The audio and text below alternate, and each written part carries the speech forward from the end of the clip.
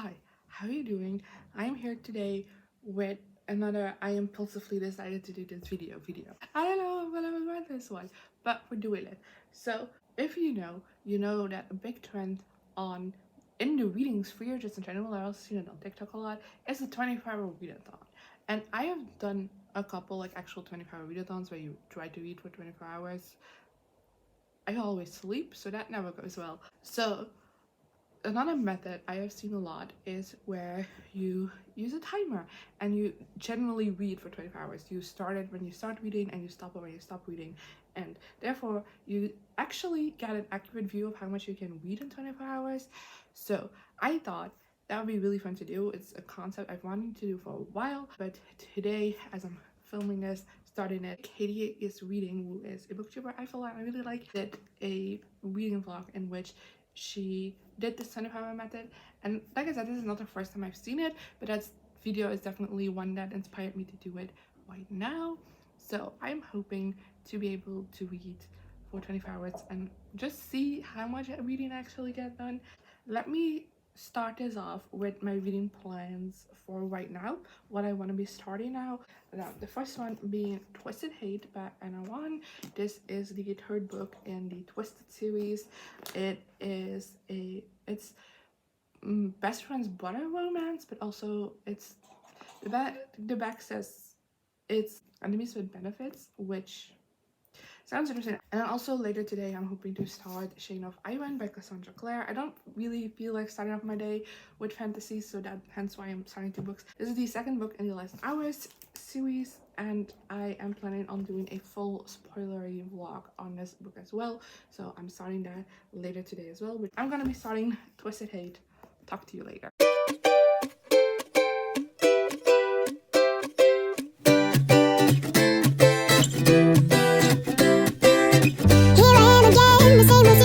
Why does the God thing have to be so complicated? I should've played it cool instead of made a fool of the things I do.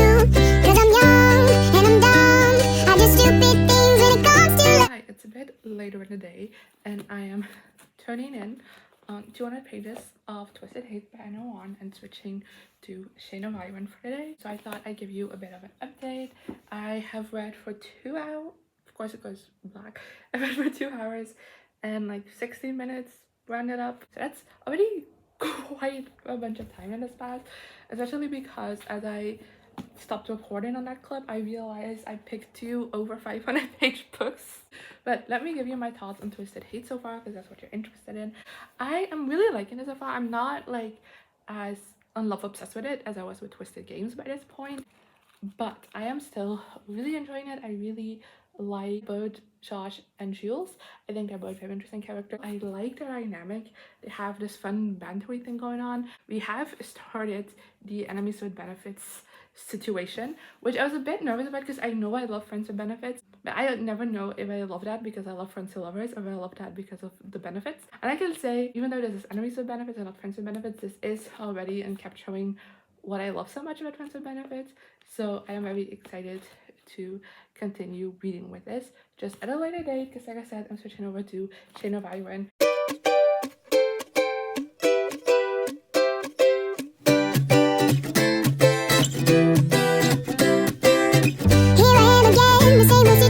Why does the God thing have to be so complicated? I should've played it cool instead of made a fool of the things I do.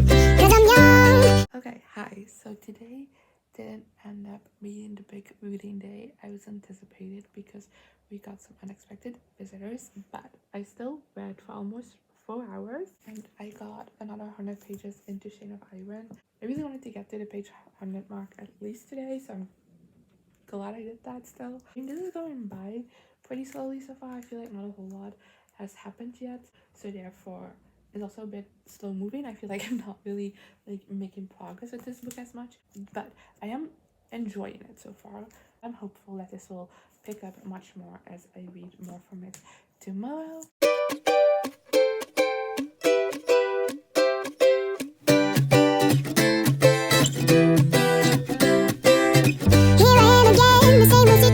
Why does the God thing have to be so complicated? I should've played it cool. Okay, so I did a crazy thing. I'm not finishing Shane of Iron today. So yeah, I'm now on 11 hours already read, which is almost halfway through, which I'm very happy with because I thought this was gonna take so long for me to get to 24 hours, but I'm almost halfway through. I finished Shane of Iron, which is also great. This is how the annotations look. They're very sparse, I know, except for here. These were good times. But basically, when it comes to the book, I ended up giving it 3 stars because I thought the beginning was very slow and it took me a really long time to get invested and to properly care about what was happening with this book.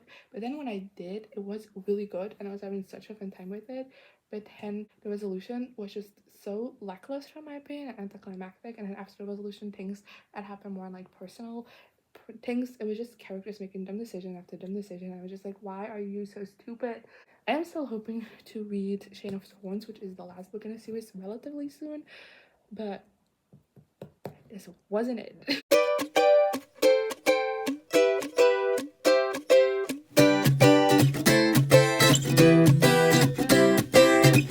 I am again, the same old situation. Why does the God thing have to be so complicated? I should've played it cool instead of made a fool of the things I do. 'Cause I'm young and I'm dumb. Hi, so I didn't give you an update yesterday, so I thought I'd give you today. I am at 12 hours and 17 minutes, which means I'm officially halfway through the challenge, and I'm also on page 300 of Twisted Hate, so still have quite a chunk of this left. But I didn't really read much yesterday. I think I just burnt myself out by reading so much of Shane of Iron in one day, so I didn't get around to like reading that much of this, but I am hoping to read much more of it today. Today it's quite a busy day, so I don't know how much reading I'll get done, but we'll see. Hi, next day reading update. I am on 14 hours and 23 minutes, which means I have about like 10 hours left of this challenge, which seems like a lot. I finished Twisted Hate and I'm giving this 3 stars. I was really enjoying it the entire time. I liked the banter between Jules and George. I liked their personal journeys. I overall liked how their relationship was developed, but I just wasn't that obsessed with it as I was, like, for example, Twisted Games, which I read earlier this month. But then the third conflict happened, and I just think it went a little bit too far for me to like be rooting for them to like get back together. Even though I liked the way it was resolved in the end, I still felt like, I don't know, it worked me the one way, and I did have overall a good time reading this one, and it's quite a chunker, so I'm glad that is off my TBR in a way. Because for this video, let me just quickly, this video I have read, this one is 570 pages and this is 504 pages. That's what I've read for this video so far. It's already over 1,000 pages, so yeah, and yet I still have 10 hours left. So what we're reading next is Just Like Heaven by Julia Quinn. This is the first book in the Smythe-Smith Quartet, which is a series of standalone historical romances. It is a brother's best friend's romance, basically, because from what I understand from the synopsis of this one is that we follow like Marcus and Honoria. I'm so sorry I mispronounced those things. She is the best friend of her brother, and like she's a couple of years younger, and they didn't really get along growing up, but now something happened to Honoria's I can't pronounce it, Honoria's brother, that leaves them a bit in exile, I guess. I don't know, I don't understand it completely. And he has asked Marcus to kind of like take care of her, which he takes seriously, and then Honoria goes to Cambridge in order to court the last single Bridgerton that's left over, I guess. And Marcus is like, no, that's not happening. Yeah, it's their romance. Hi, it is the next day. I am at 18 hours and 27 minutes. This is taking so long. 18 hours, 27 minutes. And I finished Just Like Heaven by Julia Quinn, which I finished much quicker than I expected. I also just washed my hair right after finishing this, so that's why it is wet. I do have to correct my synopsis because it's not entirely correct. The main setup stands, it's just that they do like each other. They have nothing against each other. But I thought this is gonna be like a hate to love. It's not that. Also, it kind of focuses more on him getting injured and then that injury getting infected and then her having to take care of him. That's like the main focus of this book. I ended up giving this 3 stars because even though I enjoyed this and I generally thought this couple was cute and I liked the way it was developed, I just felt like there was just nothing much to it because most of the book focuses on her taking care of him, and I was like a little bit after that, but they're like courting each other, I guess. But that's also over very quickly, so there's not really a story to this or like a longer process of falling in love. There's not a whole lot that happens in here, so therefore, even though I didn't necessarily dislike it, I also feel like I can give it more than a 3 star because like it's just them talking, falling for each other, and like that's it. That's another book finished. That brings me on 3 books, also 3 stars, which is very painful. But I'm now on 18 hours and 27 minutes, so 18 hours and a half, which means I still have way too much time left over. I didn't realize that 24 hours is such a short, like such a long amount of time. Something I did have a struggle with is picking my next read because we're on the last day of April, and April is also Magical Readathon month, and I participated in very casually, but I feel like if I pick something up now that I might potentially finish before the end of the day, because I do have a lot of reading energy left in me and also quite a lot of time because it's like not even 3 p.m. yet. I want it to be something that can count for the Magical Readathon, and I'm having trouble with that because everything that's like at the top of my mind right now of what I want to read doesn't. So I went into my galleys because there's one book that I got a gallery of gallery that I desperately want to read right now, but I didn't know if it counted for prom, and I looked it up and it does, and it's Imogen, obviously by Becky Albertalli. If you don't know, I know Becky Albertalli is not everyone's cup of tea, but for me she has always been a 4 or 5 star author. I feel like she always writes what I want, so I am very, very excited for this book. It comes out on May 2nd, so by the time this video goes up, it's out, so I don't feel bad about it. But I am so excited to be reading this. Hi, welcome to another update. I am 22 hours into this challenge, and I did finish Imogen obviously last night. I didn't really talk about this book at all, but in this book we follow Imogen, who is the quintessential straight ally. She has a lot of queer friends, she consumes a lot of queer media, but she's straight up until she goes to, well, no, that's not right. Then she goes to visit her best friend at college for the weekend, and her best friend who's queer, and at college has a very queer group of friends, and Imogen starts falling for one of those friends who's a girl, and so she starts questioning her whole identity, basically. That's a down low of this book. I gave this 5 stars. I loved it so much. I don't know about, I always say Becca Bertalli just knows what I want to read. I like writes that, and like writes book perfectly catered to me. But this has gone to a creepy extent because some of Imogen's inner monologue comes straight from my brain, and I don't like it. So I really related to Imogen. I really loved this book. I loved the story. I loved her. I loved the group of friends. I love the characters. There's one character that made my blood boil. I think that's the point of that character. And overall, I just love this. Becca Bertalli did it again.